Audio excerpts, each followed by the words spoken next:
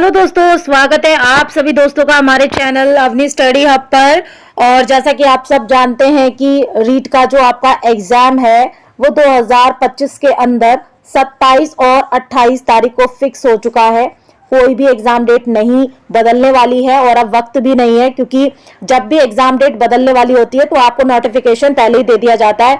तो कोई भी बच्चा है वो अपनी तैयारी से बिलग नहीं होगा।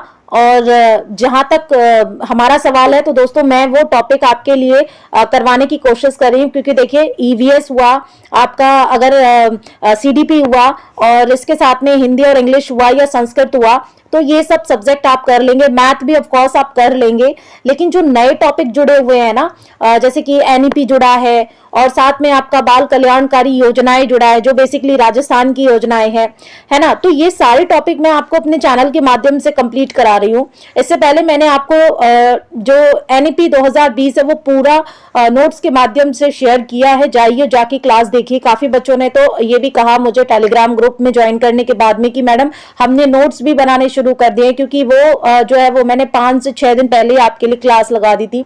उसके बाद में दोस्तों मैंने आपके साथ में ना जो हमारी मैथ की शिक्षण विधियां हैं उसके कम से कम 251 प्रश्न आपको करवा दिए हैं। उससे बाहर आप यकीन मानिए एक क्वेश्चन नहीं जाने वाला है। सीडीपी का भी मैंने आपके साथ में जो अधिगम वाला अभी प्रेरणा वाला चैप्टर है वो पूरा कंप्लीट किया है। उसके अंदर कम से कम 200 प्लस क्वेश्चंस मैंने आपको पीवाईक्यूज के भी करवाए हैं जो कि रीट के अंदर पूछे गए हैं। तो आप अगर वो क्लासेस कर लेते हैं तो ये मानिए आपका 20 से 30% जो है ना वो आपके नंबर जो है वो इंक्रीज हो जाएंगे अगर उतना कर लेते हैं। और आज की ये क्लास अगर आप कर रहे हैं तो यहां से भी आपके 3 से 4 क्वेश्चन जो है वो पूछे ही जाने वाले हैं दोनों लेवल के अंदर। तो चलिए आज शुरू करते हैं हम। प्रमुख बाल कल्याणकारी योजनाएं क्या है, क्योंकि ये नया टॉपिक जुड़ा है, इससे पहले नहीं पूछा जाता था। तो सबसे पहले देखिए बालिका शिक्षा फाउंडेशन की प्रमुख योजनाएं चलाई गई, यानी कि एक राजस्थान के अंदर बालिका शिक्षा फाउंडेशन है, उसने अपनी योजनाएं जो चलाई हैं उसको देखेंगे। जैसे कि नंबर 1 पर आती गार्गी सीनियर पुरस्कार योजना। इसकी शुरुआत होती है 1998 में। लाभान्वित वर्ग जो है वो समस्त वर्ग की महिलाएं हैं, यानी कोई जात पात कोई धर्म यहाँ पर इंक्लूड नहीं किया गया है। सारे धर्म मजहब वर्ग की बच्चियां यहाँ पर इंक्लूड हो सकती है गार्गी सीनियर पुरस्कार योजना के तहत। प्राप्त लाभ की बात करेंगे तो 6,000 रुपए का चेक एक मुश्त दिया जाएगा, यानी कि एक ही बार दिया जाएगा। एक मुश्त का मतलब होता है कि वन टाइम पेमेंट होगा। पात्रता की अगर हम बात करें तो वे सभी बालिकाएं पात्र होंगी जिन्होंने कक्षा 10 में 75% अथवा 75% से ज्यादा अंक प्राप्त किए हो। तो याद रखिए कंडीशन यही है, जो भी बच्चियां कक्षा 10 के अंदर 75% से ज्यादा नंबर लेकर आई हैं या एग्जैक्टली 75% लेकर आई हैं तो उनको ये एक बार 6,000 रुपए का चेक दे दिया जाएगा। और ये पुरस्कार जो है वो आपका बसंत पंचमी को जिला शिक्षा अधिकारी के द्वारा दिया जाता है। जिला शिक्षा अधिकारी बीएसए होता है जो आपका आरएएस के थ्रू ही चुना जाता है। तो चलिए मतलब सेलेक्ट होकर आता है पढ़ के एग्जाम देके। दूसरी योजना देखेंगे शारीरिक असक्षमता युक्त बालिकाओं हेतु आर्थिक सबलता पुरस्कार योजना क्या है। शारीरिक क्षमता से आप समझ पा रहे होंगे कि जो बच्चियां शरीर से विकलांग हैं दिव्यांग हैं उनके बारे में बात हो रही है। और इसकी शुरुआत 2004-05 में हुई थी।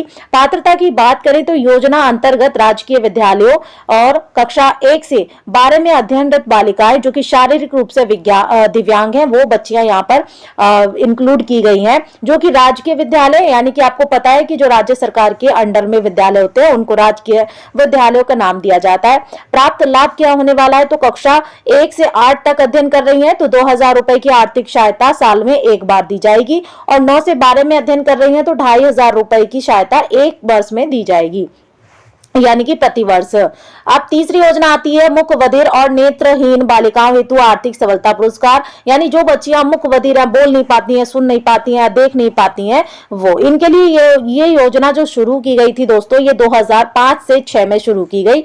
पात्रता की अगर बात करें तो राज्य सरकार द्वारा संचालित मुख बधिर और नेत्रहीन विद्यालयों में अध्ययनरत बालिकाओं को दिया जाएगा, और जो कि कक्षा 1 से 12 में अध्ययन करने वाली बच्चियां होंगी।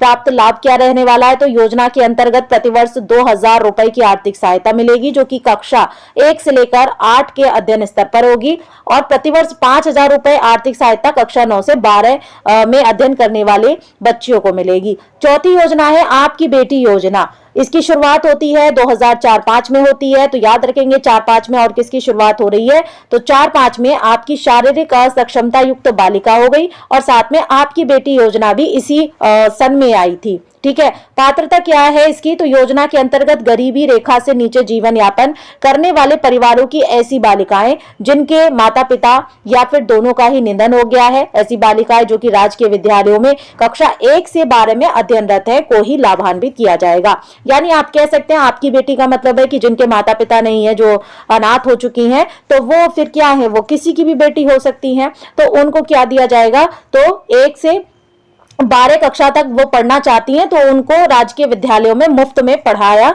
जाएगा, कोई फीस उनसे नहीं ली जाएगी। प्राप्त लाभ क्या रहने वाला है, तो कक्षा 1 से 8 में अध्ययन करेंगी तो 2100 रुपए प्रतिवर्ष दिया जाएगा खर्चे के लिए, स्कूल का खर्चा, ड्रेस का खर्चा। और 9 से 12 में अध्ययन करेंगी तो 2,500 रुपए प्रतिवर्ष आर्थिक सहायता के रूप में प्रदान किया जाएगा। अगली है 5वीं योजना इंदिरा प्रियदर्शनी पुरस्कार। और मैं आपको बता दूं कि इंदिरा प्रियदर्शनी जो है इंदिरा गांधी जी का बचपन का नाम था, तो इसीलिए ये योजना चलाई गई थी 2010-11 के अंदर। और इस योजना के पहला नाम जो था ना वो पदाक्षी था, पद्माक्षी था, जिसे 24 जनवरी 2019 को बदलकर बालिका दिवस पर बदल दिया गया। अब आपसे पूछा जा सकता है कि बालिका दिवस कब मनाया जाता है, तो 24 जनवरी को भूलेंगे नहीं, है ना।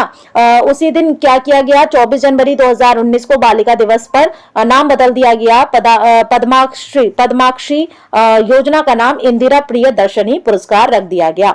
2019-20 में इसको प्रारंभ कर दिया गया। योजना के बारे में विस्तार से जाने तो माध्यमिक और प्रारंभिक और संस्कृत शिक्षा विभाग के अंतर्गत अध्ययनरत सामान्य, अनुसूचित जाति, अनुसूचित जनजाति, अन्य पिछड़ा वर्ग, अल्पसंख्यक, अति पिछड़ा वर्ग, निःशक्त वर्ग जिनको हम दिव्यांग बोलते हैं, और बीपीएल की ऐसी बालिकाएं जो राजस्थान माध्यमिक शिक्षा बोर्ड की कक्षा 8, 10 और 12, चाहे वो कला, विज्ञान, वाणिज्य तीनों निकायों में, संकायों में अलग अलग हो, की परीक्षाओं में प्रत्येक जिले में प्रथम स्थान प्राप्त किया हो। ठीक है, देय सुविधा क्या रहने वाली है, तो कक्षा 8 की बालिका को 40,000 रुपए दिए जाएंगे। कक्षा 10 की बालिका टॉप करती है तो उसको 75,000 रुपए, और 12वीं की बच्ची जो है वो टॉप करती है तो उसको 1 लाख रुपए दिए जाएंगे। साथ ही साथ में एक स्कूटी दी जाएगी जो कि इंदिरा प्रियदर्शनी पुरस्कार के रूप में 2019-20 से दी भी जा रही है। अब बात करेंगे अगली योजना के बारे में, तो विदेश में स्नातक स्तर की शिक्षा सुविधा यहाँ पर योजना है, यानी विदेश में स्नातक स्तर। आप क्योंकि शुरू की योजनाएं जो 5 थी ना वो आपकी 12वीं तक के बच्चों के लिए थी। अब आपको पता 12वीं के बाद में आपका 3 साल का ग्रेजुएशन होता है, तो स्नातक स्तर की भी योजना आनी चाहिए। तो इसकी शुरुआत होती है 2010-11 में। आगे बात करेंगे पात्रता क्या है, तो राजकीय विद्यालयों में अध्ययनरत राजस्थान माध्यमिक शिक्षा बोर्ड की कक्षा 10वीं की मेरिट में प्रथम 3 स्थान प्राप्त करने वाली बालिका इसमें शामिल की जाएंगी। प्राप्त लाभ क्या होने वाला है दोस्तों, तो विदेश में स्नातक शिक्षा प्राप्त करने का अवसर प्रदान किया जाएगा। कोई भी बच्ची जो कि 10वीं की मेरिट में प्रथम 3 स्थान प्राप्त जो बच्चियां होंगी राजस्थान बोर्ड की तरफ से, तो उनको विदेश में पढ़ना चाहती हैं, स्नातक करना चाहती हैं, तो अवसर प्रदान किया जाएगा। अध्ययन का संपूर्ण व्यय जो कि प्रतिवर्ष अधिकतम 25 लाख रुपए रहेगा और 3 सालों तक रहेगा ये, यानी ओवरऑल मिला के क्या होगा, बालिका शिक्षा फाउंडेशन के द्वारा वहन किया जाएगा। जो भी प्रथम 3 स्थान पर जो बच्चियां आएंगी राजस्थान से, हर साल जो है वो ग्रेजुएशन के लिए विदेश भेजी जाती हैं, और 75 लाख रुपए पर बच्ची का 3 साल का खर्चा राजस्थान गवर्नमेंट उठाती है। 7वीं योजना देखिए, मुख्यमंत्री हमारी बेटी योजना। शुरुआत होती है 2015-16 में। पात्रता है इसकी कि राजकीय विद्यालयों में अध्ययनरत बालिका जिसने माध्यमिक शिक्षा बोर्ड राजस्थान अजमेर द्वारा आयोजित कक्षा 10वीं की परीक्षा में जिले में प्रथम और द्वितीय स्थान प्राप्त करने वाली तथा एक बीपीएल एवं एक अनाथ बालिका, इस प्रकार प्रत्येक जिले से 4 बालिकाएं ली जाएंगी। न्यूनतम 75% अंक उनके पास होने चाहिए।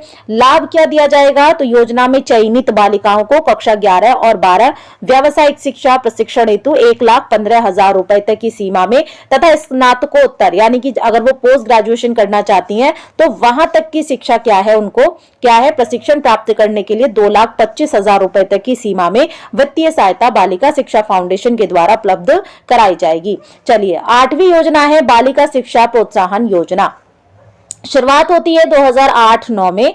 पात्रता है दोस्तों इसकी, कक्षा में 75% अंक प्राप्त करने वाली बालिकाएं यहां पर शामिल होंगी। प्राप्त लाभ रहने वाला 1 वर्ष में 5,000 रुपए। 9वीं योजना है साइकिल वितरण योजना। शुरुआत हुई थी 2007 से 8 में। पात्रता है राजकीय विद्यालय में कक्षा 9 में अध्ययनरत सभी वर्गों बालिकाओं को देय होगी। चलिए अगली है 10वीं योजना नन्ही कली योजना, यानी छोटी सी बच्ची के बारे में बात की जा रही है। शुरुआत होती है 2006-7 में। पात्रता रहने वाली है उदयपुर जिले के सभी राजकीय पंजीकृत मदरसा में कक्षा 1 से 8 तक अध्ययनरत अनुसूची की बालिकाओं को यह दिया जाएगा। वो भी प्रति लाभ जो रहने वाला है, प्राप्त लाभ, वो 1,800 रुपए होने वाला है। और ये 1 से 8 तक की बच्चियों को जो कि मदरसा में, और मदरसा कैसा होना चाहिए, तो उदयपुर जिले के सभी राजकीय और पंजीकृत मदरसों में ही ये नन्ही कली योजना जो है वो लागू होगी।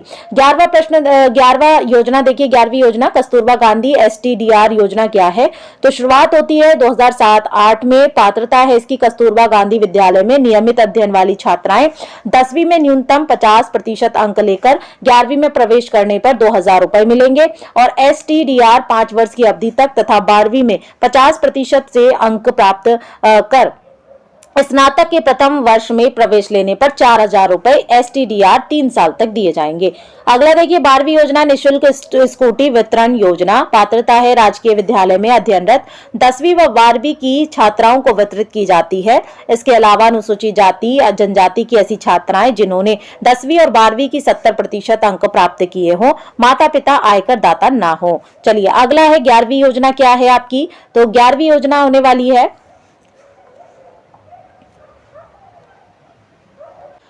अगली योजना देखेंगे ट्रांसपोर्ट बाउचर योजना है। प्रथम शुरुआत होती है इसकी पहले चरण की 2017-18 से।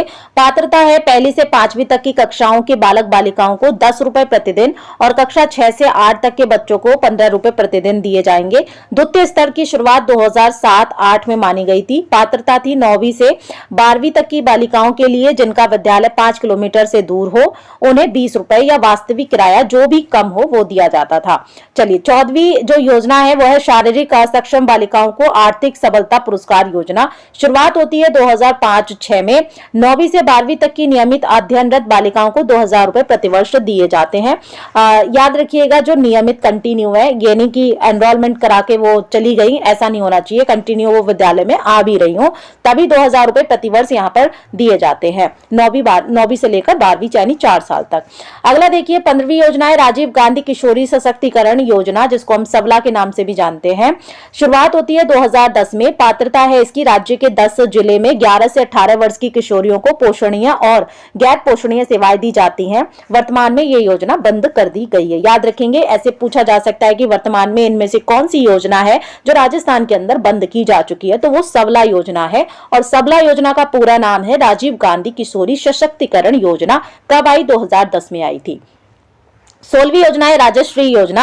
1 जून 2016 को शुरुआत होती है। पात्रता है 1 जून 2016 के बाद जन्मी सभी बच्चियां इसमें एलिजिबल है। और स्त्री ये है, उद्देश्य यह है कि स्त्री जन्म दर बढ़ाने के उद्देश्य से प्राप्त लाभ है जन्म से लेकर 12वीं तक 50,000 रुपए की आर्थिक सहायता दी जाएगी। 17वीं जो योजना है मुख्यमंत्री सक्षम बालिका योजना। 6ठी से 12वीं तक बालिकाओं को आत्मरक्षा प्रशिक्षण देना है ना। अगला है इंस्पायर अवार्ड योजना। 2009 से विज्ञान और प्रौद्योगिकी विभाग भारत सरकार के द्वारा ये जारी है और प्रतिभावान विद्यार्थियों को मूल रूप से विज्ञान के विषय में कैरियर का चुनाव करने तथा विज्ञान अनुसंधान में अपना भविष्य बनाने के लिए प्रोत्साहित करना। पात्रता क्या है? तो 2 लेवल पर पात्रता है, राजकीय गैर राजकीय मान्यता प्राप्त विद्यालयों के विद्यार्थी और दूसरा है कक्षा 6, 7, 8, 9, 10 में विज्ञान और गणित में सर्वोच्च अंक प्राप्त करने वाला कोई भी विद्यार्थी। छात्रवृत्ति क्या है? तो चयनित विद्यार्थी को 5,000 रुपए विज्ञान मॉडल तैयार करने करने के लिए दिए जाएंगे। 19वीं योजना है राजस्थान के पूर्व सैनिकों की प्रतिभावान पुत्रियों को दए छात्रवृत्ति योजना, यानी राजस्थान के अंदर जो भूतपूर्व सैनिक हो चुके हैं, यानी कि सेना से रिटायर है ना, पुलिस से रिटायर है, उनकी बच्चियों को छात्रवृत्ति योजना क्या दी जा रही है। तो राजस्थान के भूतपूर्व सैनिकों के कल्याण के लिए एवं राज्य में महिला शिक्षा को प्रोत्साहन देने हेतु राज्य सरकार द्वारा यह योजना 2001 से 2002 में शुरू की गई। पात्रता क्या रहेगी इसमें? भूतपूर्व सैनिकों की कक्षा 11 और 12 में अध्ययनरत छात्राएं, उनको दी जाएगी। छात्रा के माता पिता आयकर दाता नहीं हो। अब आप समझ सकते हैं कि वैसे भी मतलब आयकर रिटायरमेंट के बाद में मुझे कमेंट में बताइए, क्या कोई भी ऑफिसर या कोई भी सरकारी अधिकारी या फिर सरकारी पोस्ट से रिटायर हुआ व्यक्ति जो है वो रिटायरमेंट के बाद में आयकर देता है या नहीं देता है, वो आप कमेंट में जरूर बताइएगा, क्योंकि यहाँ पर साफ साफ मेंशन है कि आप आयकर दाता नहीं होने चाहिए, तभी आपकी बच्ची को इस योजना का लाभ मिल सकता है। तीसरा है कि छात्रा को इसके अलावा अन्य किसी भी प्रकार की छात्रवृत्ति फिर देय नहीं होगी। अगर आप इसमें मतलब रिजर्वेशन बच्ची को करवाते हैं कि आप ये डॉक्यूमेंट लगाते हैं कि नहीं हमें वो वाली स्कॉलरशिप चाहिए, बच्ची कहती है कि मुझे वो वाली स्कॉलरशिप चाहिए जो मेरे माता या पिता को इसके माध्यम से मुझे मिलेगी, तो फिर आपको कॉलेज की तरफ से जो दी जाती है स्कॉलरशिप वो नहीं दी जाएगी। अगला देखिए, गत कक्षा में 55% या उससे अधिक अंक भी प्राप्त किए होने चाहिए, ये है उसकी कंडीशन। मात्र 1000 रुपए प्रति छात्रा को प्रति वर्ष दिए जाएंगे। तो इसके लिए इसी वजह से क्या होता है कि इस योजना का कोई यूज नहीं करता है। अगला देखिए, समसा के तहत संचालित अन्य शैक्षिक कार्यक्रम कौन कौन से हैं। तो चलिए, पहला है निपुण भारत मिशन। निपुण का पूरा नाम क्या है? तो national initiative for proficiency in reading with understanding and numeracy शिक्षा मंत्रालय, स्कूल शिक्षा और साक्षरता विभाग। ठीक है, छोटा सा नाम है, लेकिन इंग्लिश में आपको निपुण की पूरी जो है फुल फॉर्म पूछी जा सकती है। भारत सरकार द्वारा यह कार्यक्रम 5 जुलाई 2021 को प्रारंभ किया गया। इसे राष्ट्रीय साक्षरता एवं संख्या ज्ञान दक्षता पहल भी कहा जाता है। यह कार्यक्रम समग्र शिक्षा अभियान का एक हिस्सा है, यानी समग्र मतलब पूरे शिक्षा अभियान का। इसके अंतर्गत बाल बाटिका के तहत कक्षा 1 से 3 तक के बच्चों, जो कि 3 से 9 वर्ष के होंगे, का साक्षरता और संख्यात्मक ज्ञान का विकास किया जाएगा। समझ में आ रहा है? निपुण का मतलब यह है कि साक्षरता, बच्चा क्या हो सके, इलिटरेट हो सके, लिटरेट हो सके, और साथ में उसे संख्या का ज्ञान होना चाहिए। 2026-27 तक प्रत्येक बच्चे को पढ़ने लिखने और अंक गणित सीखने की क्षमता प्रदान की जाएगी, अर्थात FLN की समझ हो। यह योजना 5 स्तरीय तंत्र, राष्ट्रीय मिशन, राज्य मिशन, जिला मिशन, खंड मिशन, स्कूल मिशन के रूप में संचालित की जाएगी। तो ये 5 स्तरीय होने वाली है। यहाँ पर आप देख सकते हैं, ये लाइन बहुत इंपॉर्टेंट है। और FLN के बारे में मैंने आपको नई शिक्षा नीति 2020 के अंदर पूरा टॉपिक कवर करवा दिया है, जाके जाइए और देख लीजिए उस क्लास को। काफी बच्चों ने देखा है और नोट्स भी बना सकते हैं आप। अभी भी 10 दिन का टाइम है और ये लास्ट 10 दिन की तैयारी ही तय करवाती है दोस्तों कि आप यहां से निकलेंगे एग्जाम में या नहीं निकलेंगे। क्योंकि मेरा सीटेट का ये अनुभव रहा है कि मैंने लास्ट 10 डेज के अंदर काफी लग कर पढ़ाई की थी और मेरे 197 मार्क्स आए थे 300 में से। कितने में से? आउट ऑफ 300 में से मेरे 197 मार्क्स हैं। हालांकि आपको ये कम लग सकते हैं क्योंकि इससे भी ज्यादा बच्चों के आए हैं, बट मेरे फर्स्ट अटेम्प्ट में दोनों एग्जाम जो है वो क्लियर हुए हैं, लेवल 1 भी और लेवल 2 भी। इसलिए ये जो 197 मार्क्स है ना, ये दोस्तों बहुत ज्यादा इंपॉर्टेंट हो जाते हैं मात्र 10 दिन की सीरियसनेस तैयारी के आधार पर। तो इसीलिए मैं कहती हूं, अगर आपको रीट निकालना है ना तो ज्यादा हार्ड नहीं है, हलवा आप इसे बना सकते हैं। बस इतना मान लीजिए कि लास्ट के ये जो 10 दिन बचे हैं सब कुछ भूल कर और लग जाइए, घंटों पढ़िए, 10 से 12 घंटे 15 घंटे जितना आपकी कैपेसिटी होती है उतना पढ़िए, लेकिन पढ़िए, क्लासेस लीजिए, मैराथन लीजिए, नोट्स रिवाइज करिए। ठीक है, तो आपका इस साल निकल जाएगा। क्योंकि आपको पता है दोस्तों, रीट की जो वैकेंसी है ना, ये वैकेंसी सच में 2.5 साल के बाद आई है, 2.5 से 3 साल के बाद में आई है ना। तो इसको हाथ से मत जाने दीजिए, है ना। लेवल 1 में डाला है तो लेवल 1 निकालिए, लेवल 2 में डाला है लेवल 2 निकालिए, दोनों में डाला है तो दोनों में निकालिए, या दोनों से किसी एक में निकालिए। और इस साल ज्वाइनिंग के लिए बहुत ज्यादा मेहनत कीजिए। चलिए आगे है मूलभूत साक्षरता और संख्यानात्मकता, यानी कि FLN का पूरा नाम क्या है थोड़ा सा देख लेंगे, अभी पूछा जा सकता है, इंपॉर्टेंट है। फाउंडेशन लिटरेसी एंड न्यूमरेसी इसकी फुल फॉर्म है, याद रखेंगे। ये निपुण भारत के अंतर्गत संचालित एक कार्यक्रम है जो कि 3 से 9 वर्ष तक के बच्चों को स्वास्थ्य, पढ़ना, लिखना और संख्यानात्मक ज्ञान का विकास करने पर आधारित है। अब आता है नो बैग डे क्या है। नो बैग डे क्या है भाई, ये भी एक कार्यक्रम है। नो बैग डे क्या है, तो मुख्यमंत्री द्वारा 20 फरवरी 2020, याद रखेंगे, बहुत ही प्यारी सी एक डेट है आपके पास में, 20/2/2020 को राज्य भर के सरकारी स्कूलों के छात्रों के लिए शनिवार को नो बैग डे की घोषणा की गई।